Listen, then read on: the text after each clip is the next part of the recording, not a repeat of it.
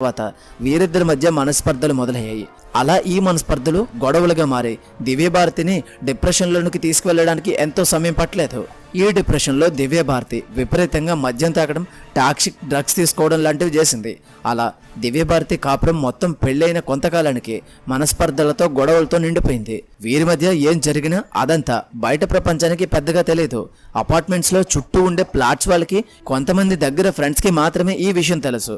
అయితే ఇలా వ్యక్తిగత జీవితం ఒకవైపు గొడవలతో సాగుతూనే ఉండగా మరొక వైపు దివ్యభారతి మాత్రం సినిమాల్లో చాలా బిజీగా గడుపుతూ ఉండేది.